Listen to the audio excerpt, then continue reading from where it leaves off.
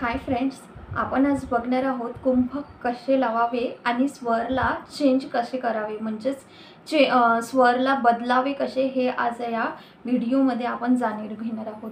तर स्वर विज्ञान हे एक श्वासाचं ज्ञान आहे. पूर्णपणे वैज्ञानिकदृष्ट्या शिवजीने माँ पार्वतीला सांगितलेलं हे ज्ञान आहे. म्हणजे शिवजी आणि पार्वतीमधील जे कन्व्हर्सेशन झालं होतं तेच म्हणजे स्वर विज्ञान आहे.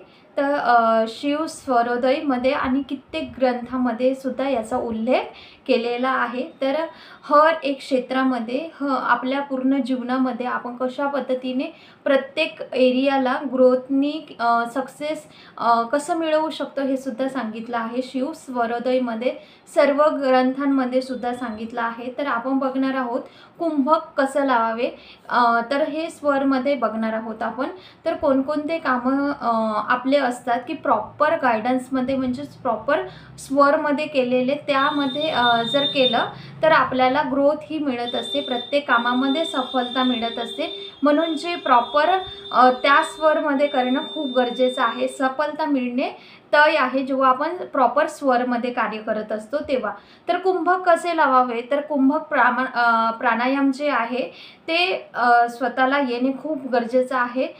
श्वासाला होल्ड करतो आपण, श्वासाला हळूहळू अंदर घेणे आणि त्याला होल्ड करणे, आणि श्वास हळूहळू घेतलं तर श्वास होल्ड होते. आणि तेव्हा त्या श्वासाला जोपर्यंत आपण होल्ड करतो तोपर्यंत काय होईल की जेव्हा आपण होल्ड करेपर्यंत जो आपण इनहेल करत आहोत ऑक्सिजन, म्हणजेच ऑक्सिजन हळूहळू घेत आहोत, एअर घेत आहोत, तर ऑक्सिजन तुम्ही फ्रेश एअर जे आपल्या अंदर घेतले जातात त्याला होल्ड केला आहे. पूर्ण आपल्या ते होल्ड केल्यामुळे, ऑक्सिजन होल्ड केल्यामुळे आपल्या प्रत्येक सेल्सपर्यंत हे पोहोचतं, बॉडीतील हर एक पेशीपर्यंत पोहोचत असते. हर एक कणाकणामध्ये चांगल्या प्रकारे ते ब्लड सर्क्युलेशनमध्ये पूर्ण सामावून जाते ऑक्सिजन, आणि त्यामुळे सुद्धा ब्लड सर्क्युलेशन जे आहे ते वाढत असते.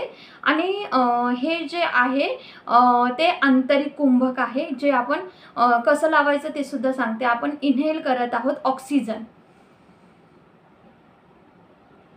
श्वास घेतला, श्वासाला होल्ड केलं, आणि श्वासाला होल्ड केल्यानंतर नाभीवरती आपल्याला पूर्णपणे होल्ड करून ठेवायचं आहे. ते म्हणजेच आंतरिक कुंभक आहे. तर आपण श्वास इनहेल केला, ऑक्सिजन घेतला, ते होल्ड केल्यानंतर पूर्ण बॉडीपर्यंत म्हणजे सेल्सपर्यंत ते पोहोचलं आणि ते कणाकणापर्यंत पोहोचलं, ब्लड सर्क्युलेशन वाढलं. तर हे त्याचे फायदेसुद्धा आहेत आंतरिक कुंभकचे फायदेसुद्धा आपण यामध्ये बघणार आहोत. आंतरिक कुंभक आता आपण जे सांगितलं, श्वास घेतला, होल्ड केलं, पूर्ण कणाकणापर्यंत झालं, हे झालं आंतरिक कुंभक. तुम्ही जे श्वास घेतले आहात, ऑक्सिजन इनहेल केला आहात, आणि जेव्हा तुम्ही कार्बन डायऑक्साईड एक्झेल करता तेव्हा ते बाहरिक कुंभक असते. तर ते बाहरिक कुंभकसुद्धा कसं लावलं जाते हे सुद्धा तुम्हाला सांगणार आहे. बाह्य कुंभकसुद्धा. तर आंतरिक कुंभकचे फायदे काय आहेत? ब्लड प्रेशरसाठी चांगलं आहे. हाय किंवा लो ब्लड प्रेशर असणार तरी पण दोन्हीमध्ये काम करत असते. यामध्ये हे फायदेमंद आहे. कारण काय, ऑक्सिजन जेव्हा आपण इनहेल करतो तर ऑक्सिजनची लेवल वाढते आणि रक्तसंचार देखील होत असते. त्याचेसुद्धा रक्तसंचार खूप झाल्यामुळे त्याचेसुद्धा खूप जास्त असे फायदे आहेत. त्यानंतर ब्रेनसाठी जे काही आपल्याला प्रत्येक गोष्टीमध्ये फोकस, म्हणजेच एकाग्रता वाढवण्यासाठी सुद्धा याचा आंतरिक कुंभकचे हे फायदे आहेत. ध्यान चांगलं लागण्यासाठी सुद्धा आहे, एकाग्रता वाढण्यासाठी आहे, माइंडला शार्पनेस पाहिजे असणार तर आंतरिक कुंभक लावायचं आहे.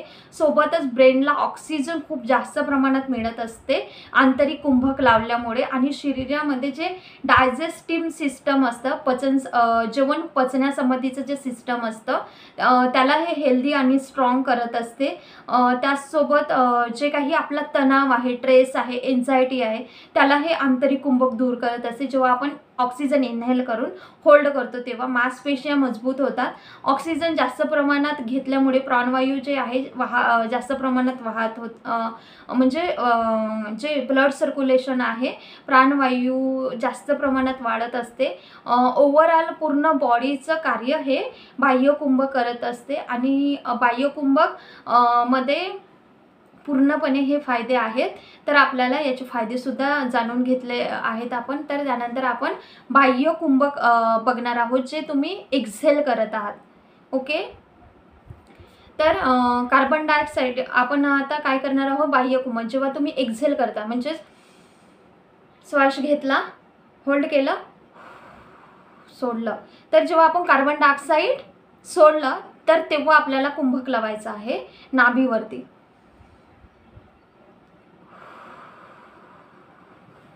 पूर्ण श्वास सोडायचा आहे, पूर्ण आपल्यातील निगेटिव्हिटी, नकारात्मकता एक्झेल करायची आहे, कार्बन डायऑक्साईड एक्झेल करायचं आहे. आणि पूर्ण जेव्हा श्वास सोडतो आपण करून, त्यानंतर पूर्ण श्वास सोडल्यानंतर तिथेच आपल्याला कुंभक लावायचं आहे.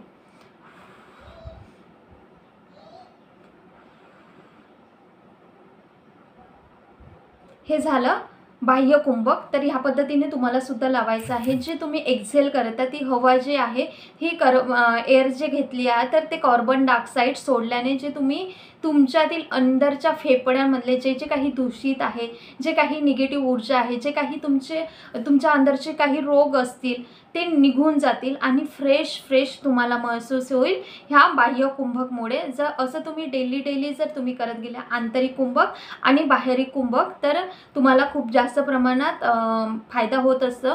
तर जेव्हा तुम्ही फ्रेश एअर घेता, असं फ्रेश एअर घेता आणि कार्बन डायऑक्साईड सोडता, तर तुम्हाला फ्रेश देखील महसूस होईल. असं तुम्ही डेली बेसवर रोज करायचं आहे. तुम्ही आंतरिक कुंभक लावले, ऑक्सिजनला इनहेल केलं आणि इनहेल केल्यानंतर होल्ड केल्यानंतर प्रत्येक सेल्समध्ये ते बॉडीमध्ये सामावलं आणि त्यानंतर प्रत्येक सेलमध्ये सामावल्यानंतर काय होत असते, तर त्याने हे होईल की तुमची जी काही आयु आहे ती वाढेल, इम्युनिटी सिस्टम जे आहे तुमचं स्ट्रॉंग होईल, इम्युनिटी वाढेल, तुमचे फेफडे मजबूत होतील. जेव्हा आपण हवा घेत आहोत तर फेफडे हे विस्तारितरित्या असे पसरण पाहून आपण आपले फेफड्यांची जी इम्युनिटी सिस्टम असते ते वाढवत असतो.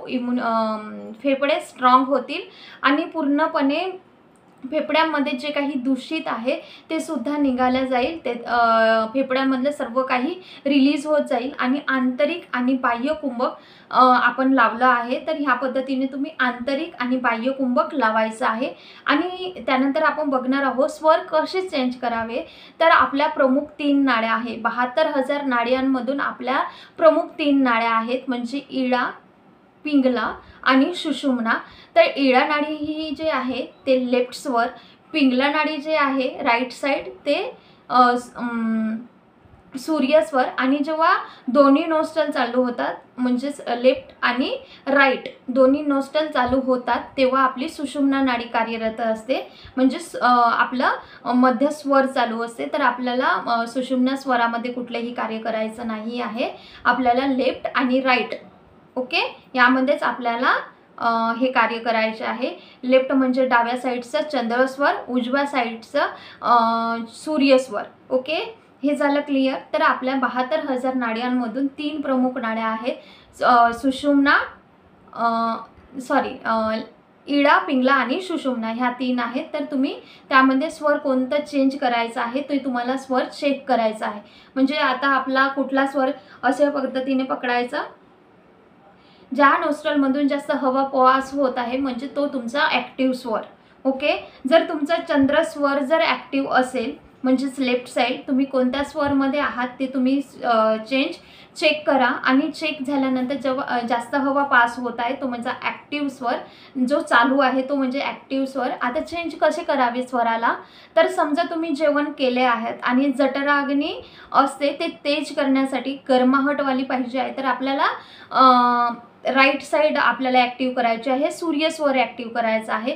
त्याला पचवण्यासाठी, अन्न पचवण्यासाठी तुम्हाला सूर्यस्वराला ॲक्टिव्ह करायचं आहे. चंद्रस्वर चालू असणार तर तुम्हाला काय शीतल असते चंद्रस्वर, तर तुम्हाला आता जेवण आपल्याला पचवण्यासाठी ॲक्टिव्ह करायचं आहे सूर्यस्वर. तर तुम्हाला ह्या पद्धतीने करावं लागणार की तुमची नोस्ट्रल चेक करा आणि लेफ्ट नोस्ट्रल आपल्याला बंद करून ठेवायचं आहे, आपल्याला सूर्यस्वर ॲक्टिव्ह करायचा आहे.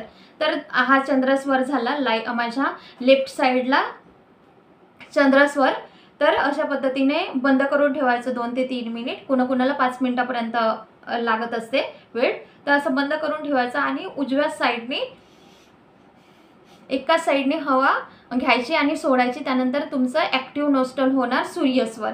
त्यानंतर तुम्ही किंवा नाकाजवळ कापसाचा गोळासुद्धा लावू शकता किंवा तुम्हाला जर त्याची दक्षता घ्यायची आहे कापसाचा गोळा आपल्या नाकामध्ये जायला नको आहे, किंवा तुम्ही ज्या साईडला तुम्हाला ॲक्टिव्ह करायचं आहे जसं की तुम्ही स्माइली चेंडूचा सुद्धा वापर करू शकता. काही प्रेशर देण्यासाठी घ्यायचं आहे.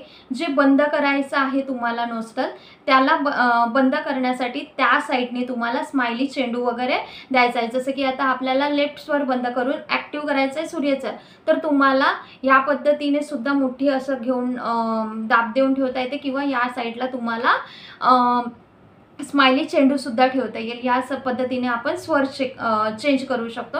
तुम्ही या पद्धतीने करा. त्यानंतर आपण जेव्हा कार्बन डायऑक्साईड सोडतो बाह्य कुंभकमध्ये, तर तेव्हा आपल्या जे काही कुणाला अस्थमा असेल, ॲलर्जी असेल, ॲसिडिटी असेल, ह्या प्रकारचे विकार असतील तर ते सुद्धा रिलीज होत असतात. त्याचे हे फायदे आहेत. पुरातन जे काळात योगी होते ते जास्त वेळ श्वासाला होल्ड करून ठेवायचे, तर त्यांची आयु खूप जास्त प्रमाणात राहायची. त्यांचं खूप लांब जीवन असायचं, म्हणजेच खूप काळापर्यंत ते जिवंत राहायचे आणि प्रखर ऊर्जावान ते दिसत होते. त्यांच्या चेहऱ्यावर एक तेज येत होतं, कारण त्यांची इम्युनिटी स्ट्रॉंग राहायची जेव्हा आपण हे आंतरिक कुंभक आणि बाह्य कुंभकचा वापर करतो तेव्हा. ओके, तर हे झालं आंतरिक कुंभक आणि बाह्य कुंभक. तर आपल्याला खूप दीर्घ खोलवर श्वास घ्यायचे असतात, होल्ड करून सोडायचे असते, कारण ऑक्सिजन इनहेल झालं तर आपल्याला खूप जास्त फायदे आहेत आंतरिक कुंभकचे. आणि जे काही अस्थमा आहे, ब्रोंकायटिस आहे, जेव्हा आपण